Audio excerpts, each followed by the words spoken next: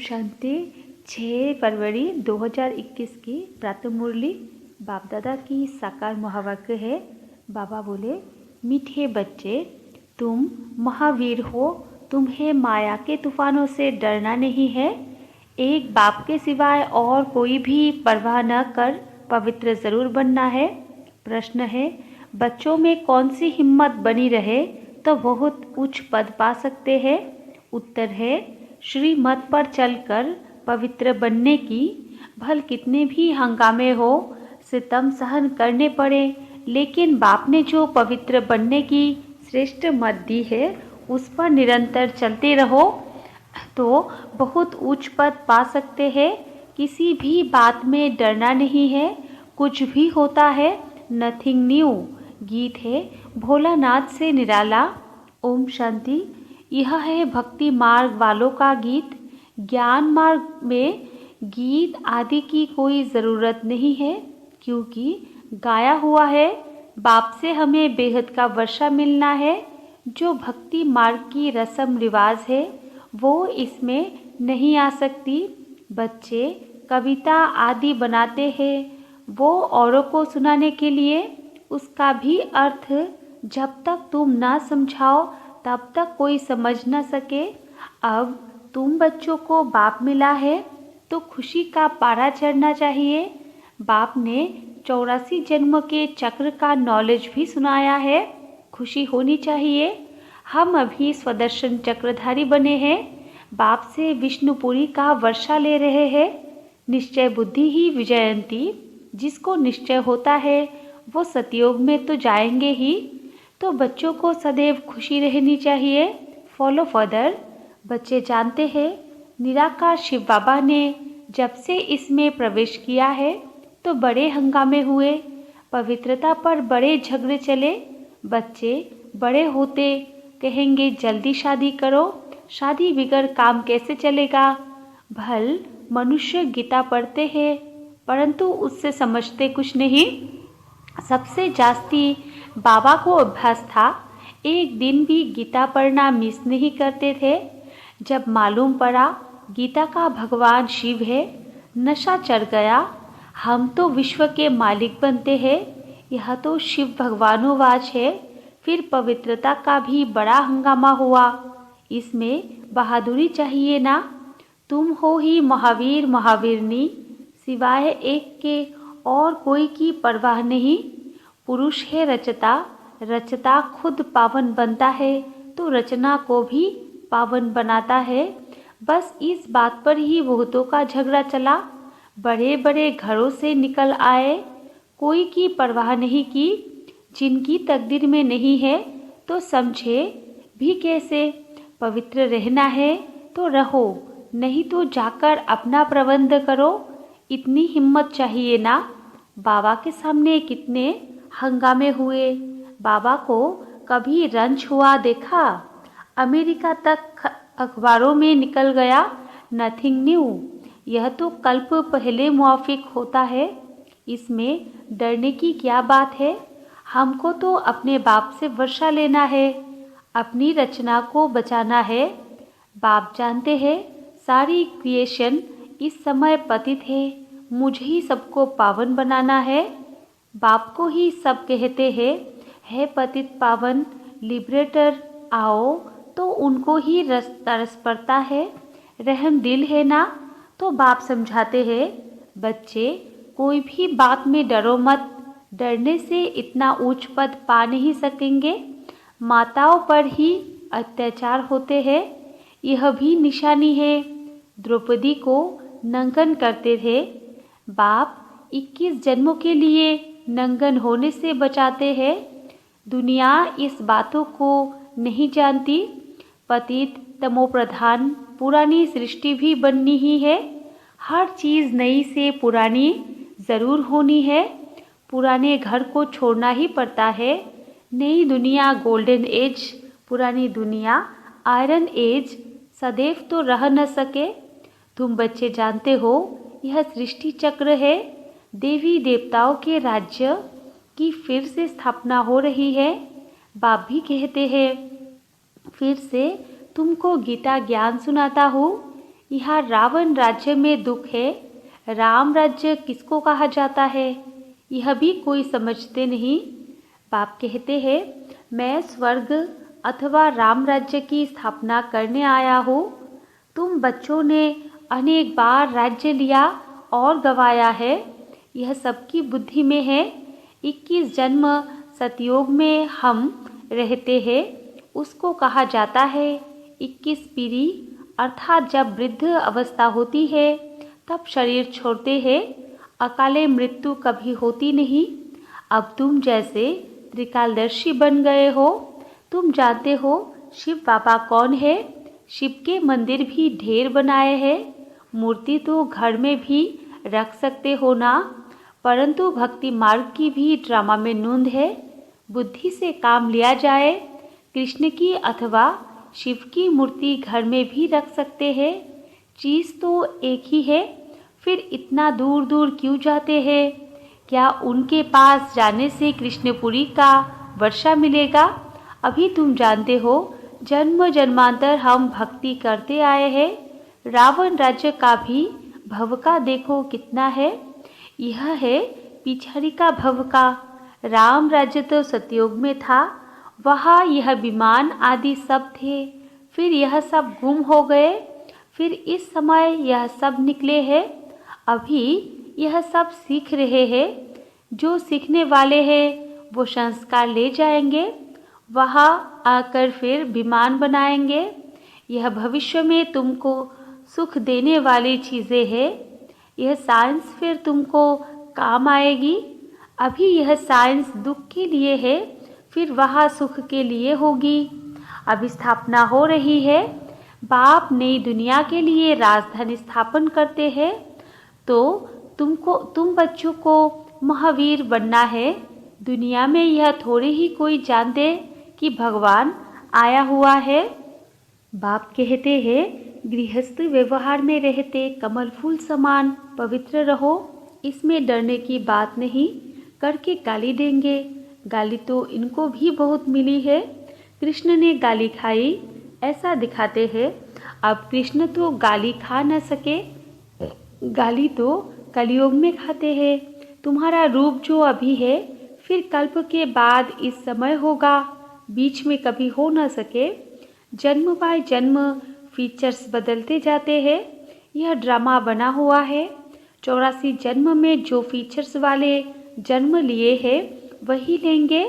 अब तुम जानते हो, यही फीचर्स बदल दूसरे जन्म में यह लक्ष्मी नारायण के फीचर्स हो जाएंगे। तुम्हारी बुद्धि का अब ताला खुला हुआ है, यह है नई बात। बाबा भी नया, बातें भी नई। यह बातें किसकी समझ में जल्दी नहीं आती।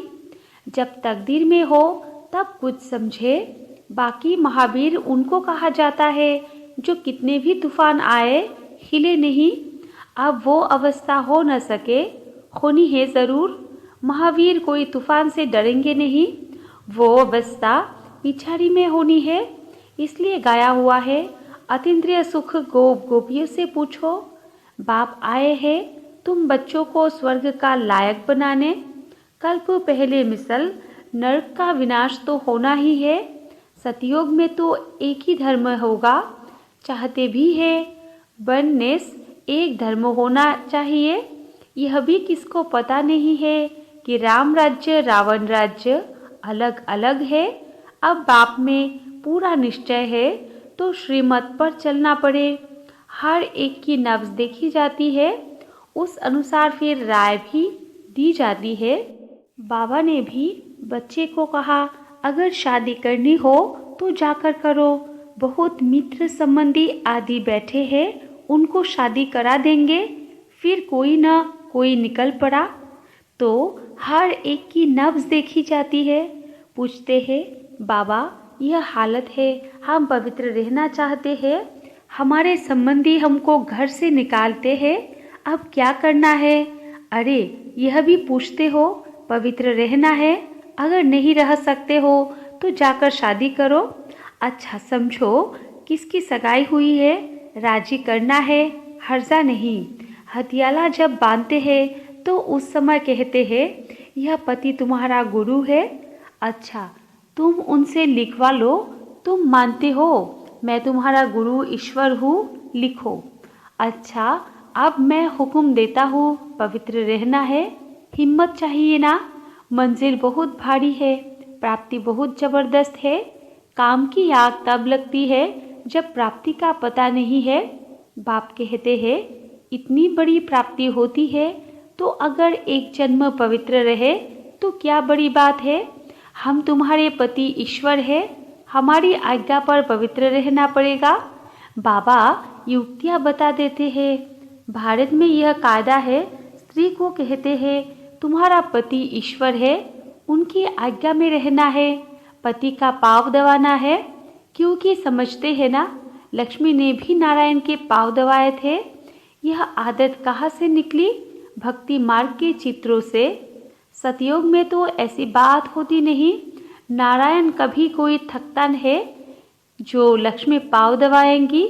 थकावट की बात हो न सके, यह तो दुख की बात हो जाती है। वह दुख दर्द कहाँ से आया? तब बाबा ने फोटो से लक्ष्मी का चित्र ही उड़ा दिया। नशा तो चढ़ता है ना, छोटेपन से ही वैराग्य रहता था, इसलिए भक्ति बहुत करते थे। तो बाबा युक्ति बहुत बताते हैं। तुम जानते हो हम एक बाप के बच्चे हैं तो आपस में भाई बहन हो गए। दादे से वर्षा लेते हैं, बाप को बुलाते ही है। पतित दुनिया में है पतित पावन, सभी सीताओं के राम। बाप को कहा जाता है ट्रुथ, सचखंड स्थापन करने वाला। वही सारी सृष्टि के आदि मध्य अंत का सत्य ज्ञान तुमको देते हैं। तुम्हारी आत्मा अभी ज्ञान सागर बन रही है। मीठे बच्चों को हिम्मत रखनी चाहिए। हमको बाबा की श्रीमत पर चलना है। बेहद का बाप बेहद की रचना को स्वर्ग का मालिक बनाते हैं, तो पुरुषार्थ कर पूरा वर्षा लेना है, बाढ़ी जाना है। तुम उनको अपना वारिस बनाएंगे तो वो तुमको 21 जन्मों के लिए वर्षा देंगे। बाप बच्चे के ऊपर वारी जाते हैं। बच्चे कहते हैं बाबा यह तन मन धन सब आपका है। आप बाप भी हो तो बच्चा भी हो। गाते भी है तमेव माताश्च पिता तमेव। एक की महिमा कितनी बड़ी है। उनको कहा ही जाता है दुख हरता सुख करता। सतयुग में 5 तत्व भी सुख देने वाले होते हैं। कलयुग में 5 तत्व भी तमो प्रधान होने के कारण दुख देते हैं। वहाँ तो है ही सुख, यह ड्रामा बना हुआ है। तुम जानते हो यह वही 5000 वर्ष पहले वाली लड़ाई है। अभी स्वर्ग की स्थापना हो रही है, तो बच्चों को सदैव खुशी में रहना चाहिए। भगवान ने तुमको एडप्ट किया है, फिर तुम बच्चों को बाप श्रृंगारते भी है, पढ़ाते भी है। अच्छा, मीठे मीठे सिकिलधे बच्चों प्रति माता पिता बाप दादा का याद प्यार और गुड मॉर्निंग। रूहानी बाप की रूहानी बच्चों को नमस्ते, और हम रूहानी बच्चों की रूहानी माता पिता बाप दादा को भी याद प्यार गुड मॉर्निंग और नमस्ते नमस्ते नमस्ते। धारणा के लिए मुख्य सार 1 नंबर में है, सदा बाप समान बनने की हिम्मत रखनी है, बाप पर पूरा वारी जाना है। 2 नंबर, किसी भी बात में डरना नहीं है, पवित्र जरूर बनना है। वरदान है सदा रहम और कल्याण की दृष्टि से विश्व की सेवा करने वाले विश्व परिवर्तक भव। विस्तार है विश्व परिवर्तक व विश्व सेवाधारी आत्माओं का मुख्य लक्षण है अपने रहम और कल्याण की दृष्टि द्वारा विश्व को संपन्न व सुखी बनाना। जो अप्राप्त वस्तु है ईश्वरीय सुख शांति और ज्ञान के धन से सर्व शक्तियों से सर्व आत्माओं को भिखारी से अधिकारी बनाना। ऐसे सेवाधारी अपना हर सेकंड बोल और कर्म संबंध संपर्क सेवा में ही लगाते हैं। उनके देखने चलने खाने सब में सेवा समाई हुई रहती है। स्लोगन है मान शान का त्याग कर अपने समय को बेहद सेवा में सफल करना ही परोपकारी बनना है।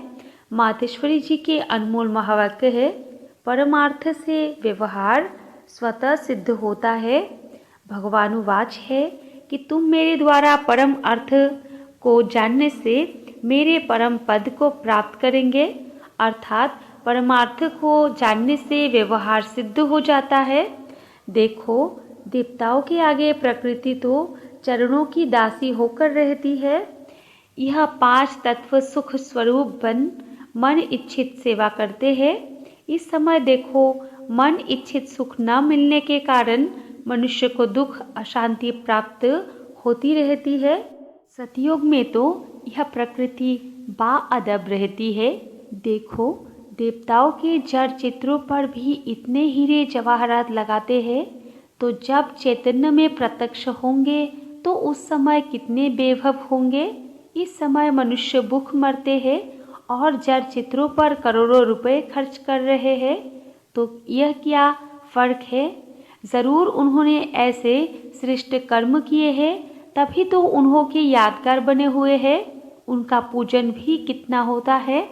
वो निर्विकारी प्रवृत्ति में रहते भी कमल फूल समान अवस्था में थे, परंतु अब वो निर्विकारी प्रवृत्ति के बदले विकारी प्रवृत्ति में चले गए हैं, जिस कारण सभी परमार्थ को भूल व्यवहार के तरफ लग गए हैं। इसलिए रिजल्ट उल्टी जा रही है। अब अपने को स्वयं परमात्मा आए विकारी प्रवृत्ति से निकाल निर्विकारी प्रवृत्ति सिखाते हैं, जिससे अपनी जीवन सदा काल के लिए सुखी बनती है। इसलिए पहले चाहिए परमार्थ, बाद में व्यवहार। परमार्थ में रहने से व्यवहार ऑटोमेटिकली सिद्ध हो जाता है। अच्छा, ओम शांति।